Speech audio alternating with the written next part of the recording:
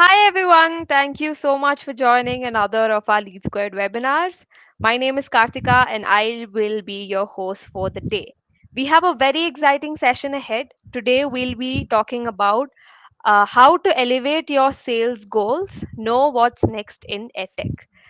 Joining me today, we have our amazing speakers. We have Miss Annum Sadiq, who is the co-founder of Edkasa. Annum, thank you so much for joining us. And if you could please tell us a bit about yourselves, that'd be great. Thank you for having me, everyone.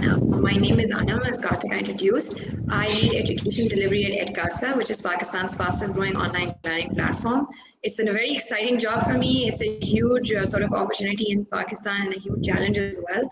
So it's great to sort of be leading from the front, and education is something I'm very passionate about. So I'm really grateful that I'm here today. Thank you so much, Anam. And also, thank you so much for joining because I heard that you're not quite well. So, yeah, thank you so much, anyways. Okay, I will move on to our next speaker. We have Mr. Rahul Maheshwari, who is an edtech marketing expert. Rahul, you research so much about the new edtech trends. You're always up to date about everything. So, I'm really excited to hear from you and learn from you today. If you could please introduce yourselves to me Sure. and the audience. Yeah. Thanks a lot, Kartika and LeadSquared team for the opportunity. So, a little bit about me. I've been spending time in consumer internet for most of my career, and last 3 4 years more deeper into edtech, and have been investing in edtech companies for the last 2 years. Have invested across K-12 for the last uh, last year invested in three companies in K-12. So learned quite a lot from their insights, and looking forward to sharing it with everyone here. Thank you. Thank you so much, Rahul. We also have Mr. Raj Parmar. He is the team lead of SMB sales here at LeadSquared. Raj, welcome to the webinar and please tell us a bit about you and also please walk us through the agenda of the webinar. Thank you, Kartika, first of all, for having me here. It's absolute pleasure to share the stage with Rahul and Anam. I lead a part of SMB sales at LeadSquared. Been working very closely with some of the top edtech companies, helping them achieve their sales and marketing goals, which they have by helping them with our suite of products which we have at LeadSquared. I'm definitely looking forward to share some insights in terms of how we have helped some of the organizations grow rapidly in this space in the couple of years, and some of my learning experiences which I've had with working with them. So definitely looking forward to being a part of this exciting presentation. So having said that, thank you, Kartika, for having us here. I would give you a little break here and let me take this forward from here. Thank you everyone for joining in. First of all, this webinar. Today we are going to focus on how do we elevate your sales goals, especially pertaining to the edtech industry, right?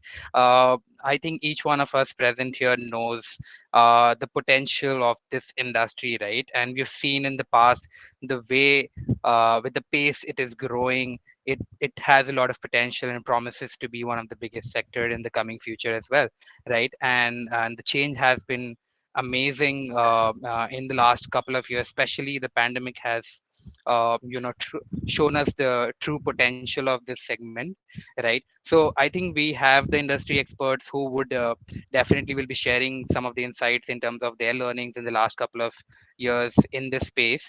The overall agenda of the presentation today is to focus on the key strategies which can help edtech organizations improve their sales performance in the coming future, how and what is trending in the market right now, especially in this space, by technology playing a very, very crucial role.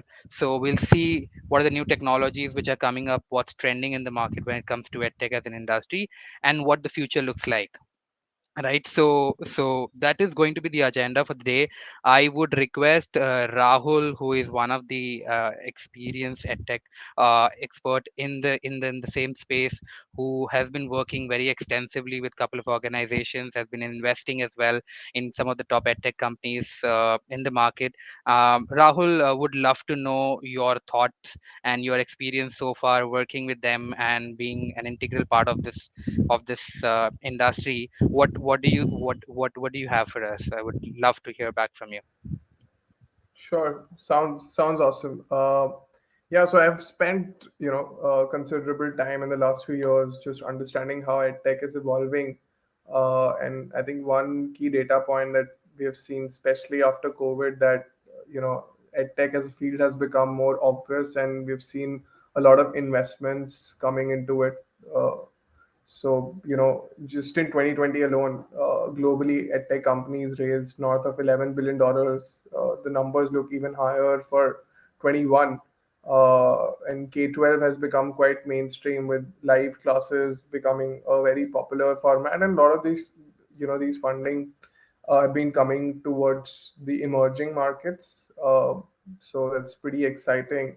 But what has happened with a lot of investment in edtech is this is uh, this is essentially money which companies are using to solve marketing challenges, uh, and there is a lot of technology which is there available to users, available to companies to set up their own edtech platforms. So with companies like Zoom, etc., it's very easy for a newer company to start an edtech company, uh, because you just have to start using Zoom to deliver online classes. So this has created like immense amount of competition, and like as you see, just in India alone, so many companies are bidding for the same users, which has led to increase in the cost of user acquisition, and scaling up for these edtech companies have become very difficult. So with a lot of this funding that has come to the market, all of that is being used by these companies to spend on Facebook, Google, etc.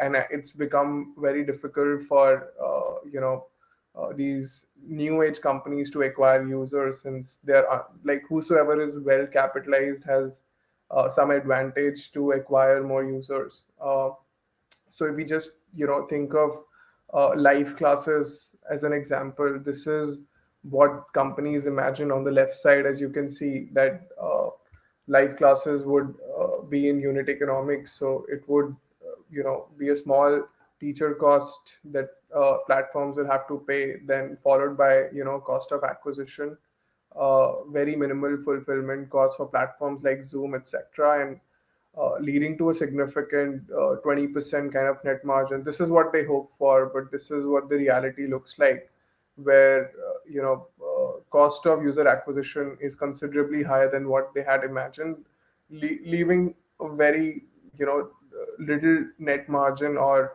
actually in most of the cases I see this being negative. uh, so the only hope is that the users would come and buy the classes again, uh, and there is no need for spending money for user acquisition. But that's really the hope. At least when I am evaluating business models, I'm quite keen on looking at companies which are able to solve this on the first order itself. Now another challenge is like how do you build deeper supply side? So especially for life class businesses, with that's the context of the conversation. Uh, Having like as you are able to sort of get more users, you want to really uh, figure out how to increase the teacher base who can deliver these classes, right? Uh, so what's happening because of that is like a lot of platforms are facing issues on uh, increasing high quality teacher supply, and this sort of is another risk a lot of these companies are seeing. uh, and some of the ways I think this can be solved for is if companies first think of having a tech first approach in terms of building their distribution. So focusing on uh, building proprietary access to users instead of just building a lead gen business where you're relying on Facebook, Google, for TikTok for marketing and acquiring leads. Instead, it would be very exciting for companies to build their own products on which people can come, users can come and learn something for free, and then they can contextually upsell something to these users at a lower CAC. So a few case studies I have to showcase here. It is a company called Timing 360 from China, which has sort of built an app to study virtually together. So students can sort of come and sit in virtual rooms to study together. It's quite a wrath in China where students are just meeting each other online just to mimic a library, offline library online, and there is some fun content related to education that they can watch. They can set up timers for at least this much amount of time they need to spend every day to study. So this builds a very sticky user base coming at a very lower cost of acquisition and has a very good amount of network effects, and this can eventually sort of help them do, like, they can start doing lead gen on top of it and monetize the user base by let's say selling live classes or selling some kind of courses, but they're actually relying on their own distribution.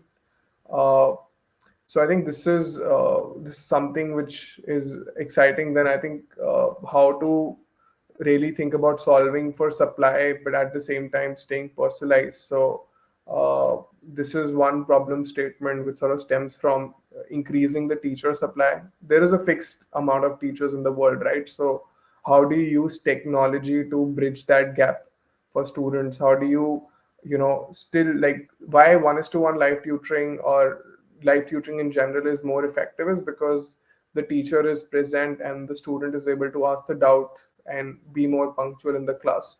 So how do you mimic that experience without really having teachers always solving for that? So this has actually been done by this interesting platform in China called Ding Dong Ketang, or DDKT, where they have been able to build a platform where a recorded teacher is actually interacting with students real time, where they're using artificial intelligence and they're using many interactive tools within the classroom to solve for a live class without really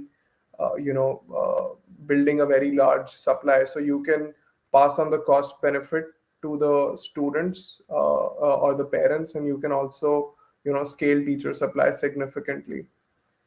And another just key trend that we are seeing in the market as COVID is sort of easing out is online merged offline. So what we are seeing with OMO is that there is need for mm, certain parents and students who want to study online, but at the same time there are a lot of benefits that one gets when they're able to study online. So how do you bring the best of both the worlds together? And I strongly believe that the future of education will be omni-channel. So there's one interesting platform from China to look at called Squirrel AI, which is built scalable offline business where they sort of teach students in an adaptive way through computers which are at their centers with a mentor who's sitting there. In case students have a doubt, they can always reach out to the mentor and ask questions, but at the same time it gives them a classroom experience, so it's not completely online. So I think this is very scalable and at the same time has better learning outcomes for the students. So I think this is overall I feel some key highlights I wanted to share. Over to you, and Anam, I think. Yeah, right. That's right. Cool. Yeah, over to you, Great. Anam. So Thank you, Rahul, for that. Anam, will quickly come to you as well. I just had a question, Rahul. While I think Yeah, you presented something which is one of the very burning issues. We have seen EdTech.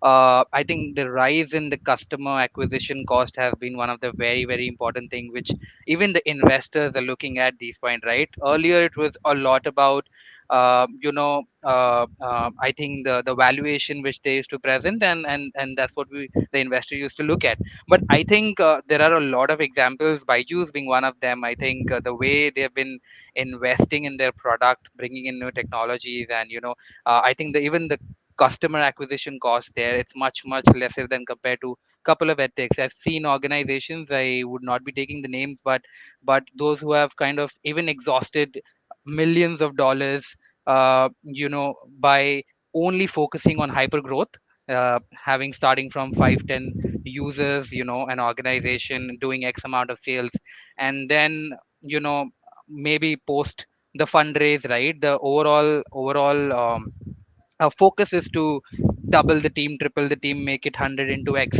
and do a certain generate a certain revenue, right? But I think over the period of time, organizations have failed because they have not been able to focus a lot on the customer acquisition cost, right? Because it has been higher compared to the kind of investments which they have got. So Rahul, maybe one or two things which you would like to suggest here to the new organizations, those who are coming in the place, to focus on, to yeah, avoid these kind of challenges in the coming future, right? Because again, similar format, right? A lot of edtechs these days are just looking at hyper growth, right? Doubling the team, tripling the team, that automatically the number doubles, triples, right?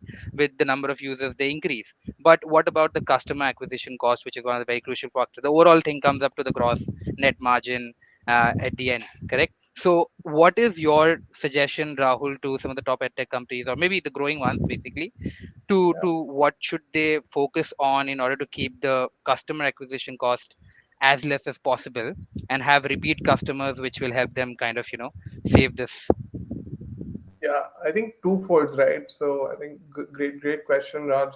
Uh, we are entering, a market which is more uncertain, right? Like inflation is on the peak, central banks are increasing interest rates everywhere. So cost of capital is going to increase, and this will eventually dry up, some of the funding, or at least funding will not just be over indexed on companies which are growing fast, but companies which are building sustainable businesses. So it's very important to really look at your contribution margin as a metric, which is basically, your if you think of unit economics for every class, the marketing, the teacher cost, or the fixed cost, no, so the variable cost that you incur, uh, which is the teacher cost as well as the marketing cost. So once you subtract that, it should be, you should still have a margin of safety, uh, and it should be positive. Otherwise, it's pretty challenging for companies to build sustainable businesses. So we are seeing that companies which are doing CM positive businesses are in better shape overall to attract more funding going forward. That's one. And I think another point I would like to highlight, very importantly, is that how to do this, right? So I think one is to build your own, which I sort of also highlighted during the presentation. Build your own distribution channels. Distribution, by distribution I mean, like, give something to the user for which the user is coming at a very lower CAC, or is coming for free, discovering you online. But at the same time, like, make sure that you are not saying to the user that, look, we're a free platform or something, because it's easier to call users by saying, look, we are free. And then when you really try to upsell them something, they feel, oh, I didn't see this coming. Whereas, like, you sort of keep the intent very real, that, like, we are, let's say, it's a live class platform, so we are a live class platform, but like, you have so lot of avenues for users to engage without paying anything. And then you can contextually sell them something. For example, I'm a user who's spending, say, 1 hour on a education platform for a week. So the platform has data points about me: where am I strong, where am I weak. So like, I can be sold something very contextually. In that case, the CAC, would be much lower than you showing the same ads to everyone, and that ad might just be relevant for 1 out of 10 users. So by default the CAC would be high. So I think that's one. Another, to re-engage with your users, right? Like, I feel that's a very difficult thing to solve. So I personally believe that, make sure like you make money on the first transaction.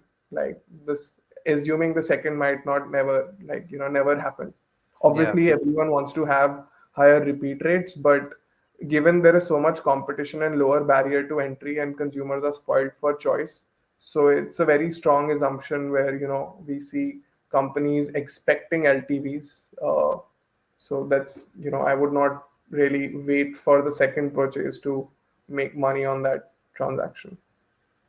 All right, I think that's a great point, Rahul. I think a lot of organizations should definitely focus on this, is because this has been one of the major challenges which organizations are facing. And I think even despite of having a lot of investments, right, it has got exhausted in just couple of months, right? There are a few examples we do see in the market these days, right? While the small organizations, those who are product led, those who are heavily investing on product, you rightly mentioned about the data, and I think with the use of artificial intelligence, I think we can definitely make the best out of the data and then accordingly present something, which is maybe comparatively lesser cost to us from the marketing spend point of view, right? So I think it's a great point. I would love to have Anam, share a few of her insight as well, in terms of so Anam, first of all, I think we have been working together from a while now, and it's absolute pleasure, to be honest, to work with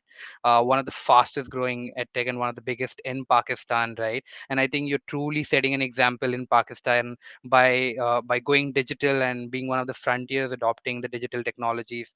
One of the technologies like LeadSquared, wherein you have automated your entire sales process, and the marketing process. I would love to know, Anam, your experience so far working with us, as well as your thoughts on on this particular industry. Thanks, Raj, and thanks so much, Rahul. That was so succinct, and you really packed a lot of information. So that was awesome. I'm making my notes myself here. As always, great learning from you. So actually, Raj, Rahul, the point you just mentioned on businesses focusing on building sustainable products and sustainability, being at the center of it. So as my slide says that, one of the mistakes that early stage startups or mistakes or, choices that they make is that they may prioritize user growth over sales. You mentioned about competition, and in a market like Pakistan, let me just set out a landscape a little bit because today I'm going to be talking about Edkasa as a product and Pakistan as a market. So the landscape is that it's very early stage. EdTech is super early in Pakistan. Edkasa has been around for the last 5 years. And when we came about in 2017, when we would talk to students and parents about EdTech, they would say, the student is so used to, parents are so used to sort of scolding their kids into studying. Teachers are so used to the danda that how will kids study online and how will they find that initiative and incentive to study. So we really had to, start off with a lot of research. We were sort of leading in that front, doing a lot of human-centered design because the gaps in education are tremendous in Pakistan. So we have the second highest out-of-school children in the world, which amounts to about 22 million students. So it's a huge, huge, huge challenge. And actually, if you think about it, an opportunity as well. Because what data shows you is that, parents are investing in education. It's just a huge supply side issue. And as Rahul rightly pointed out, the number of teachers who can be available is limited. It is hard to set up all the schools and get an army of teachers to teach these 22 million students. So for me and my co-founder Fahad, it was very obvious and very intuitive. We were in the US and we were working with some edtech companies. For us, it was very intuitive that we've got to bring this back to Pakistan. The challenge is huge, and it's a huge market. There is investment coming in emerging markets, and Pakistan is one of them. The investment that we've attracted in the last 2 years has been phenomenal. So we came back and we started, and it was just sort of us pushing people, towards this and explaining to them more than anything. There was a lot of awareness we had to create around education technology. But now things have changed. In just a span of 5 years, there's a lot of more companies coming in, investors understand, parents understand, students understand, and obviously COVID has a lot to do with that. So this is where we are right now. And still in Pakistan, EdTech is something that is being proven. It's coming in a big way, but it's not similar to, say, for example, India. We look at, Indian tech companies sort of understand their strategies and sort of observe their playbooks, because it's a pretty mature market, and competition is pretty intense, and CAC and all is much higher in India or in the region compared to Pakistan.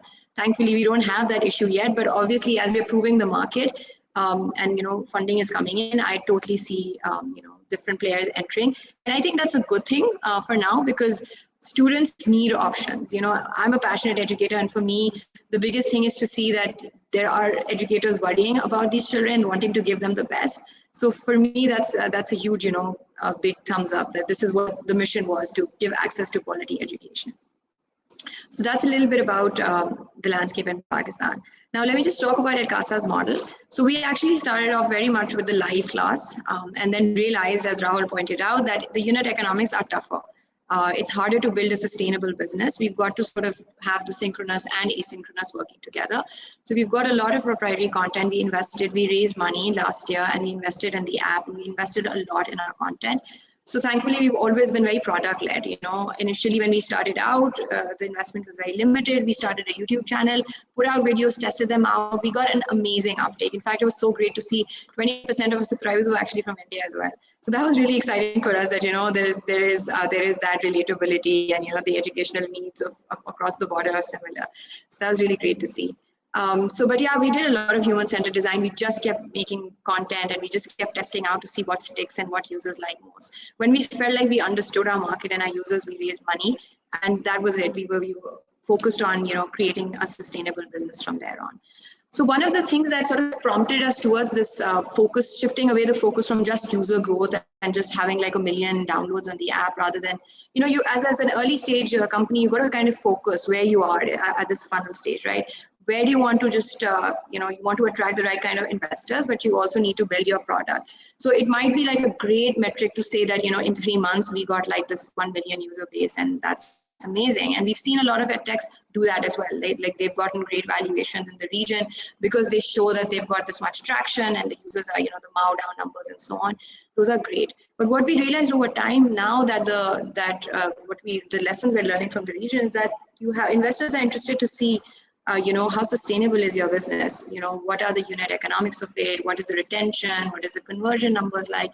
So as the sales funnel points out, the first thing is just awareness, right? Like the user will know, okay, this is Edcasa. They may just see an ad. Then the second thing is, they'll download it, they'll discover it.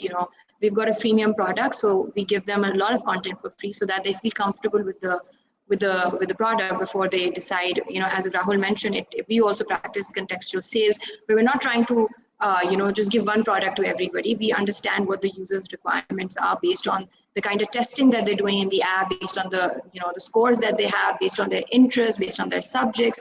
So from there, we sort of make that pitch, and we talk to them about their intent, and then finally the purchase stage, and then the renewal or the loyalty process. So it's actually a very tedious thing to, as an early stage company, to figure out each stage and understand where sort of the breakoffs are, where the funnel is very leaky. So the first couple of months was we were just like convinced, let's just try to get a lot of traction on the platform. It's so exciting. It's a huge market opportunity. The learning needs about 130 million learners below the age of 30, which is fantastic, right? It's like huge market. So we was initially, our thoughts were, let's just double down and get a lot of users on board, and then we work on the later half of the funnel. And then we realized that it can't just be about getting to 500,000 downloads in just a couple of months. We have to go down the funnel. And we started working on what was happening in the app, understanding the data we were getting, and then finally that's how we came to LeadSquared.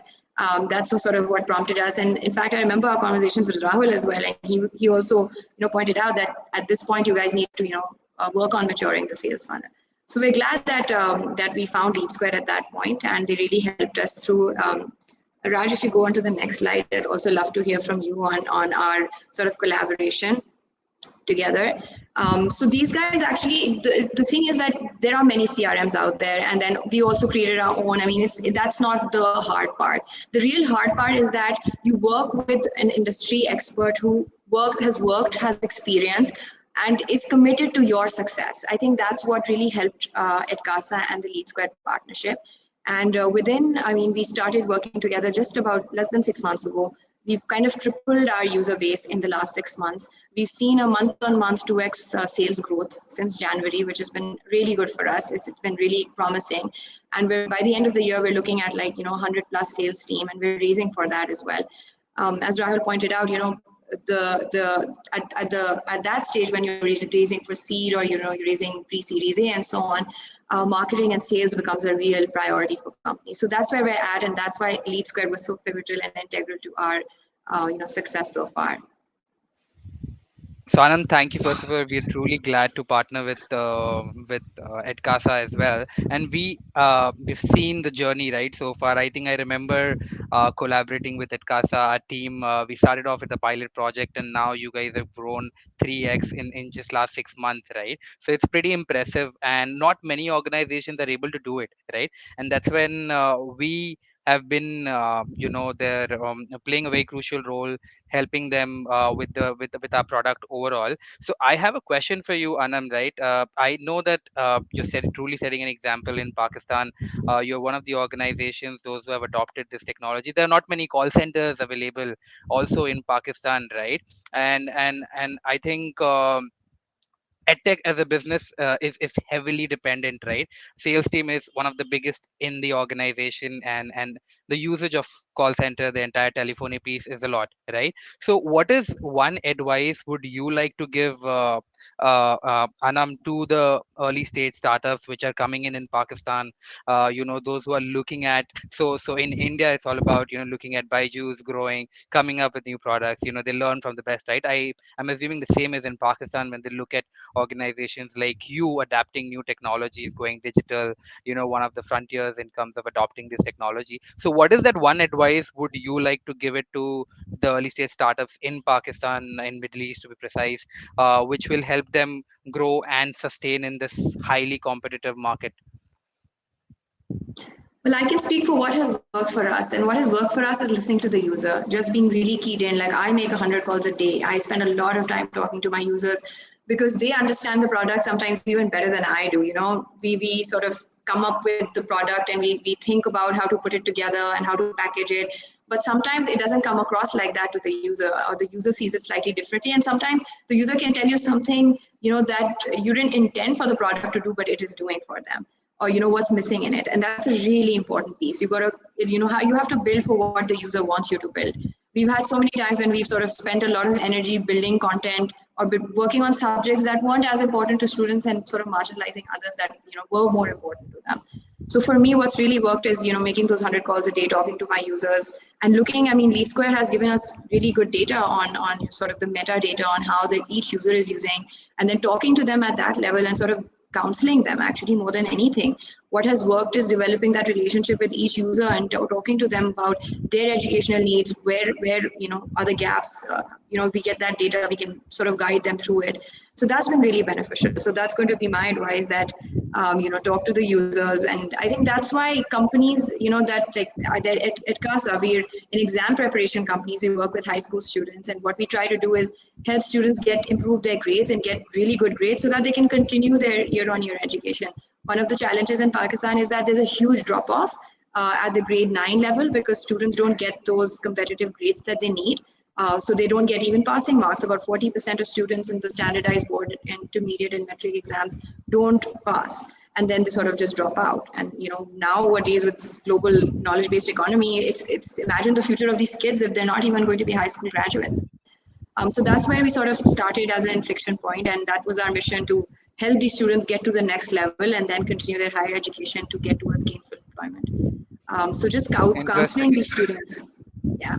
That's quite interesting, Anam. So I'll come back to you, Anam. Maybe we'll have a more detailed conversation about this. I would also like to cover some of the bits which I have prepared for some of our audience. So I'm focusing a lot today on what's trending in edtech, right? I think this has been one of the very interesting topic these days, because technology truly, I feel, has taken a very very important role in the growth of as an industry overall, right? Not only edtech, but having said that, uh, from 2020, I think post COVID, we have seen starting off from Zoom calls to getting into a metaverse kind of a near future, which we are seeing these days, right? We have truly grown, and I think the ones those who are adopting these technologies and making the most of it, heavily investing in their product, coping up with the competition which is going on in the market, are the ones who are going to be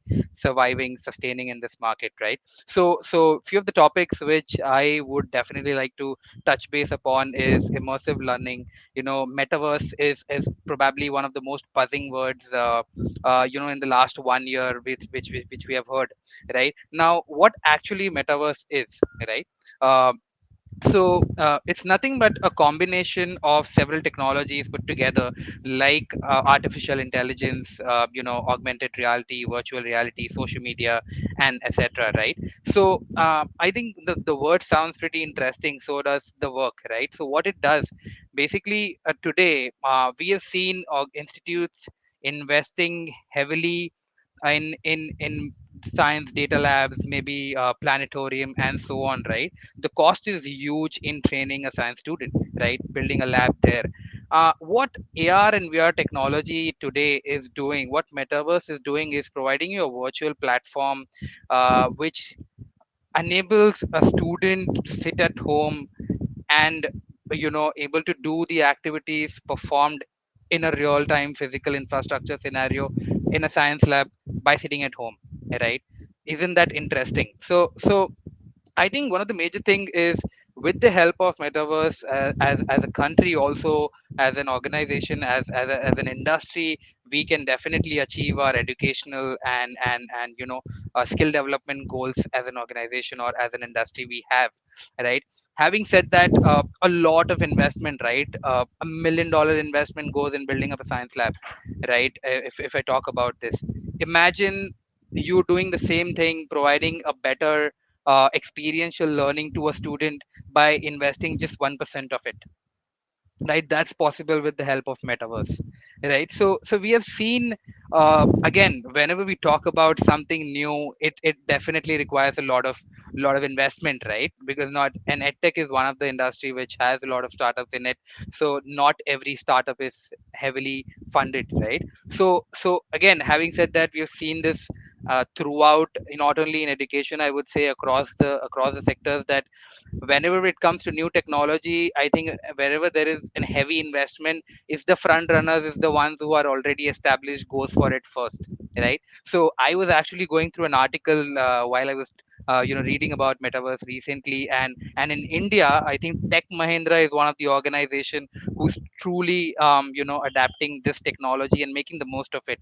So they have a research and development lab which they have built, which is and a new project which is called as Meta Village. So the overall idea is to reach out to the rural audience in India and provide them a quality education, right? So with the help of Makers Lab, which is basically one of their initiative, which helps them basically do coding in their native language, right? So they've built this platform for rural audience, and it is accessible. So Tech Mahindra is one of the organizations who have recently adopted metaverse. I think I have a very pretty interesting example which I was actually going through it yesterday. Imagine, think about the students who are learning neurology, biology, anatomy, right? They have to practice on a dead body, throughout, right? I think in the pandemic we were not able to even meet our own families.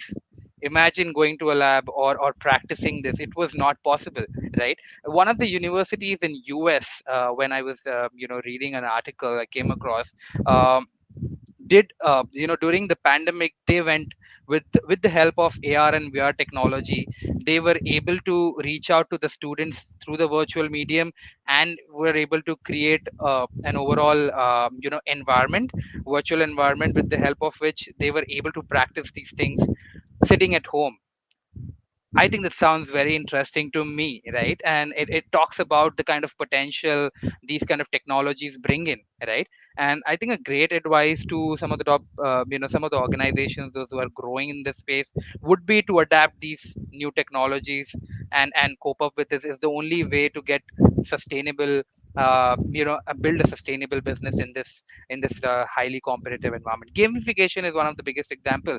I think everybody of us knows that those who being a part of EdTech knows about Baiju's collaboration with Disney, right?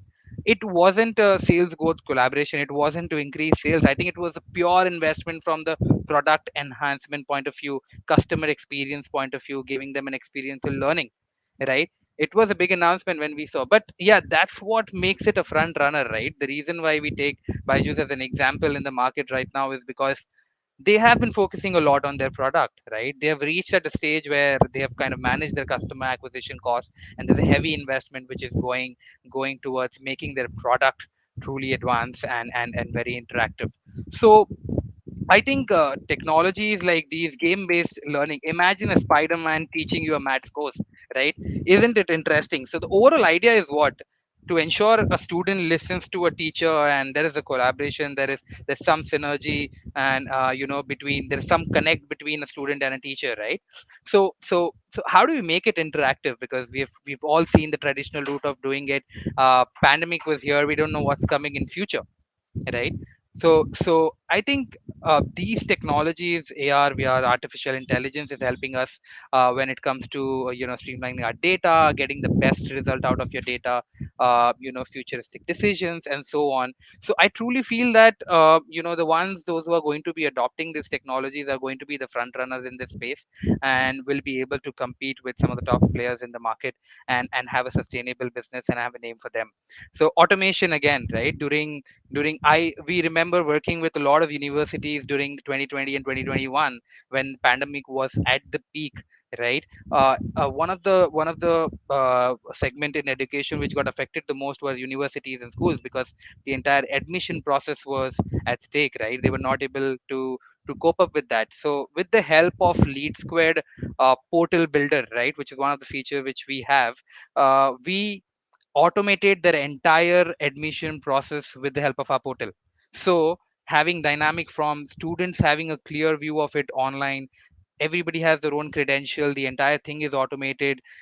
And university has a complete track, in terms of the admissions which they are receiving, and with advanced integration with payment gateways and other stuff, we were able to actually make it a complete solution which we had given it to the universities, and it works wonders for them, right? So we have been very closely working with some of the organizations in edtech all around the world, right? We've recently expanded our footprints to US, Middle East, Africa, as well as an organization, and we are seeing there's a tremendous potential in those regions as well.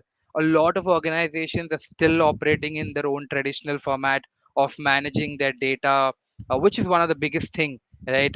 Today's world is all about data, right? And not having a data which is structured is going to be creating a lot of problems for you in the coming future. So that's where LeadSquared has been, one of the leaders in helping these organizations. That's what has helped us make ourselves one of the biggest edtech marketing solution organization in the world right now. We are growing rapidly, and some of the top edtech companies in different regions are already working with us, and with the help of our products they are able to streamline two of the very important departments in an organization, that's sales and marketing throughout. So one of the things which we promises to organizations when they collaborate with us, right, is not a single lead to be missed, because at the end, we spoke about customer acquisition cost overall during the conversation today. Rahul did speak about it. Spoke about CAC, right? So we all know that there is definitely a lot of investment which goes out in marketing to get one lead, right? One customer in this. Imagine missing out on that one lead which was potential to close. It's something which definitely a disaster for an organization, right? Because there's a lot of investment which is going in generating a single lead, and then Just because you don't have a proper system to manage your inquiries, you're losing out on a lot of inquiries, right? That's when we thought, that this is something which we definitely need to solve in terms of helping this organization, and then help them throughout their entire journey which they follow throughout the sales process, right? So what, with the advanced integrations which we have with external applications like Facebook, Instagram, Google, College Dunia, Shiksha, and many more, right? What we promise is, we will automatically capture these inquiries which comes from multiple sources and give you in a single format, in a single place database, and none of the leads will be missed because there is no manual intervention while capturing this. It happens by API integration. So with the help of this, we are able to give organization each and every inquiry for which they have invested for, right? So it automatically, improves and ensures that the probability of a closure would increases because you're not missing out on a single lead right now.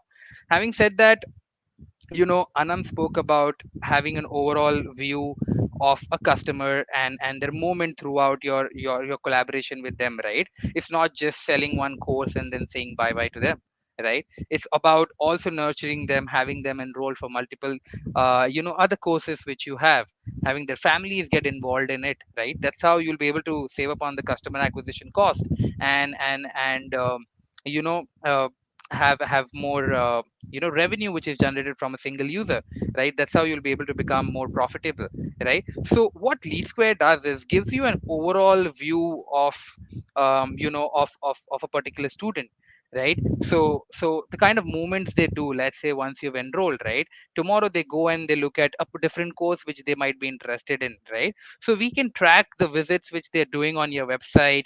We can send them, communications, regular intervals, with the help of retargeting feature which we have. The counselors, those who are interacting with them on a daily basis, right, the sales team, those who are interacting, does get a lot of notification about the movements each and every students are doing during the offline, time as well, right? It helps me understand, the overall, behavior of student even post the sales, right? And it automatically opens up a lot of opportunities as an individual sales user for me to upsell multiple products as an organization which we might have. So these are the kind of features which are important for a sales user to know and have an appropriate, pitch when maybe a person goes and talk to a student or a parent, right? Entire student journey mapping, I just spoke about providing a portal, right? A paperless application process, seamless throughout. The counselor efficiency increases the engagement of a student. Every student has their own credentials to log in and check their application status real time, sitting, anywhere in the world, right? It gives a complete, I think the trust factor increases a lot when you are transparent as an organization, when you're honest. I think Rahul spoke about it, right? To them, okay, we're providing this is what you get, right? There's no hidden cost, there's nothing hidden which is there. I think that's what helps you build trust, and it is extremely important in a highly competitive market like us. So one of the examples which I would like to take. So while we've spoken a lot about big organizations, and their examples, and we would have heard in multiple sessions, which we would been attending, I wanted to bring one example, of one of my customer, which just got, started with us last year around the same time when Edkasa joined us, right? And I saw the true potential which they had, because they've heavily invested in their product, and when they joined us, they were a 5-10 members team. Right today, when I speak about them, I think it's already 9 or 10 months they are with us. They've already crossed 200 user base with LeadSquared. One of the major challenges which they faced when they came to us, they were already using a marketing automation tool around that time. The customer support of the organization which they were working was extremely poor. They were not able to scale up their businesses because of the limitation the platform had, right? That's when a few of our existing customers have been really kind to us, in giving referral, to the other players in the market, and that's how we have generated quite a few of leads, right? And so Banzu was one of them. And when they came up to us, they were facing a lot of difficulties building in their own email campaigns, building the retargeting campaigns, managing the database, scaling up the business. And this is one of the organization. What I loved about Banzu is, um, anything which is developing at our end as well, right? Something which is there in the pipeline, we are coming up. We as an organization, our founders itself have, we truly believe in product led organization, right? So there's a heavy investment which goes out from our end as well on a day to day basis in enhancing our product. So few of the things which are listed out here: ace goals. We're launching Marvin as a new feature, which is going to be a completely high performance interface, which we are launching soon, which is in the beta version right now, which is 50 to 60% faster compared to the existing platform we have. Right, it is purely built for the inside sales and the team, because I think 80-90% of our users are the sales users, right? So keeping the focus in mind, we're working on a new product feature called Marvin, which is soon going to be in the market, and we are going to be helping our existing customer even make the most of it. And similarly, other functions like WhatsApp Converse, which allows you to live chat with your audience from a single screen, from a single platform where you're managing your data. You're able to also interact with your students real time from the same screen. Ends up saving up a lot of cost. The turnaround time to respond to a particular query or inquiry is real time, right? Features like ace goals, which helps you set targets for your individual sales user, and it can be multiple targets, right? Maybe 100 calls a day in Edtech, to be an example, right? Because it's a high velocity business. These kind of achievements can also be possible, and there's a lot more in pipeline. So so what we have been doing is helping organizations grow rapidly with us. A few of the organizations we are already working with, Edkasa being one of the biggest in Pakistan. We have Byju's, we have Topper, we're working with Prodigy, Senpai, QMath, and some the list is huge, right? So the list is a lot. I think around 40 to 50% of the market is catered by LeadSquared when it comes to edtech as an industry. So we are here to collaborate. We're looking at collaborating with organizations to help them truly adopt, the digital transformation journey which all the organizations are doing these days. And truly an honor to actually be a part of it. I would love to have Kartika help us with any questions. If there are any from the audience, would love to answer them. Yes, please. We do have a bit of time left. So, people from the audience, if you have any questions, please do put it up in the questions tab. We'd like to take that up. But otherwise, I think the session was great. I definitely learned a lot. Thank you so much, Rahul, Anam, and Raj. It was really informative. Thank you so much. So, yeah. So, anyone from the audience, if we have any questions, please do put it up. We can wait for like maybe 2 more minutes. And also, we have put up polls. I see that we have some reactions. If people have not reacted to them, please do. Yeah.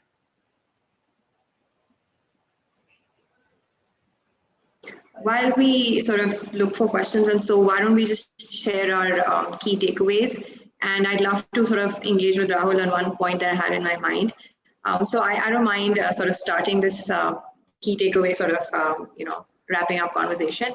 So for me, sort of the few key takeaways were about Rahul's sort of presentation, on what's happening in the market with regards to CAC, and really focusing on making that one sales, as soon as you get the user in, like it's not just about waiting and then, really calculating your unit economics, understanding how to build a sustainable business.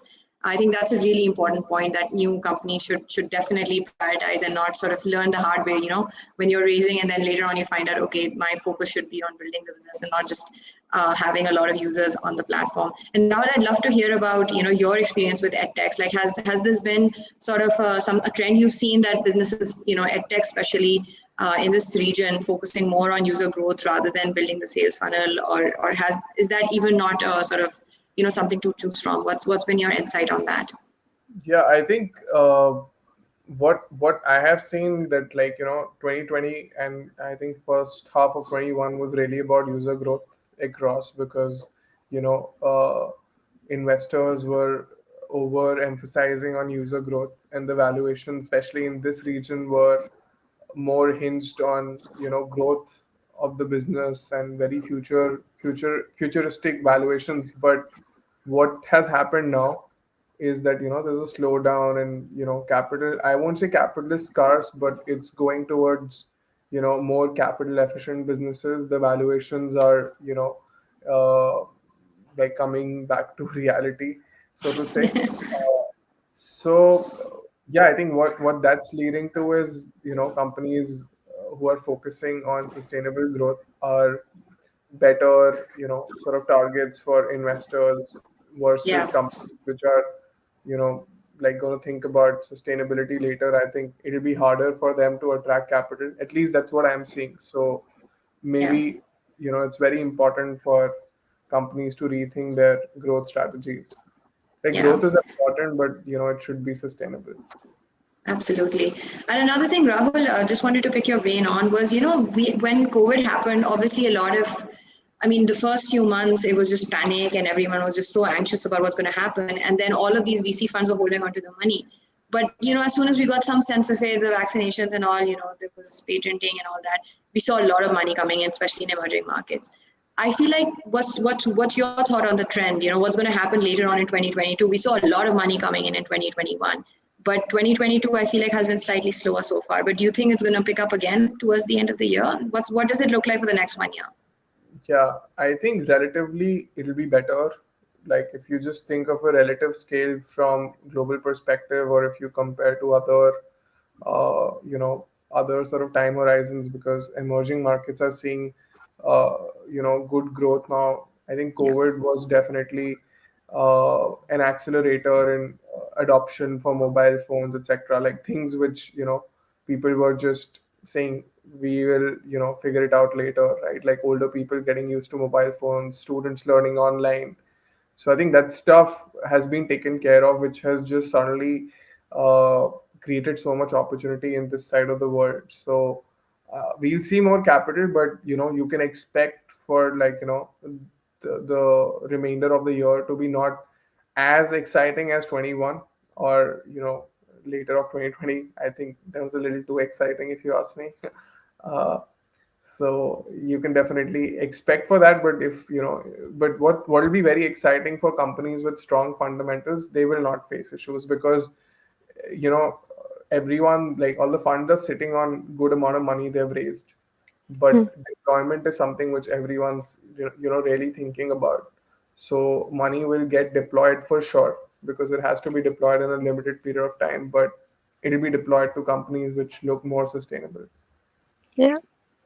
Thank you so much, Rahul and Anam. I think we do have two questions. I will just share it on the screen. So we have a question from Priyal. With students going back to local tuition center for their learning needs, how do young startups like ours earn the opportunity to serve new customers? We don't have the bandwidth to be omni-channel. Live classes we offer is more of doubt solving than live teaching. So how do they tackle this issue of going back offline is the question. Yeah. Anyone would like to take that up? Rahul, Anam, or Raj? I can share my view. I think so. If I understand the question correctly, since I can't see it on the screen, It's you can see it on the questions tab also. well, okay, Um, I don't see the questions tab, okay, but never mind. okay, She's got it. basically, yeah. I found it. Yeah, yeah. So I think you know So I think omni-channel is really important at a certain scale, right? Like once you are reaching, uh, I would not take numbers, but once you're reaching a scale where you're finding it very difficult to grow online, is when you start thinking that I need to sort of go offline to solve for growth, right? That's the framework to use. So I think until and unless you've reached a certain level, right? Like it could be, let's say 1 million learners, or anything of that sort, is when like real. I don't know which market you are talking about, but like based on your market, you can create a benchmark that at least as a platform we need to reach this amount of users for us to really even think about offline. Offline is a great opportunity, but at the same time, it's not for everyone, and it's not a must for you to be successful as well. Yeah, I agree with Rahul. And I think another thing I want to add is what we've seen in Pakistan and what I've seen at Edkasa. Yes, there's been that let's go back to academies and tuition centers and all. But at the end of it, it's about if at CASA as a business, if we're saying we're going to help you improve your grades, that's what the student cares about. So a lot of times they may be going back to academies and then they come back and they sort of take the tests on at CASA sessions, but they're still not doing very well. Which at that point they're convinced that they need to switch their ways. They need to work, with the model, with the platform that really helps them improve their grades and not just go back to the old ways just because. So we've had to very keenly monitor that and guide students there that look, right now at the stage that you're in high school, your focus has to be on your grades. Why go to an academy or tuition when you're not getting the desired result? So that's been really convincing. Um, yeah, thank you, Anam and Rahul. We have another question. Again, it's from Priyal, and that's directly to Rahul actually. She's asking, are there any tips on optimum utilization of marketing agency spend for lead generation? Learn how to market yourself. Sorry. I think marketing agencies, although, I'm a big fan because they're able to help companies really solve for marketing in a short span of time. But usually, like it's best for, founders in initial stages. I'm making an assumption that, like, you're an early stage edtech player. So it's good to sort of have marketing function in-house so that you can really have a control on the CAC, because a marketing agency is managing, like, several accounts. So for them, it doesn't really, like, unless you're billing a very, very huge amount, the focus and the bandwidth is limited to solve for your CAC. So I think if you first go and learn how to solve the CAC, then only, it'll be fair. And I think uh, another way, if you start doing it yourself, is look for channels beyond, Google and Facebook in the initial days, because those channels, especially in, spend a few $1,000s, they do not give very good CPLs. Yeah, thank you, Rahul. Raj, Anam, would you like to add to that, or is it fine? Okay, I think I'm good. all right. Okay, so I think that's the end of questions also. We can finally wrap up the webinar. Like I said before, it was really informative for me. I got to learn a lot of things, especially I think we can see a small picture of how the future is going to be.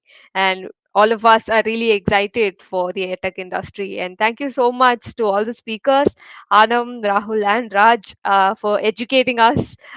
Thank you so much to all the audience here, who you guys were wonderful. You were very interactive also, and also the LeadSquared team who are working at the back end to set it up, especially Angela and Shibani. All right, so with that, I think we can wrap this session up. Thank you so much, everyone. Take care. Thank Thank you, you. Kartika. Thank you, Anam, Thanks. Have a good Rahul. Thank one. you all. You too. Bye. Take care. Bye. Bye.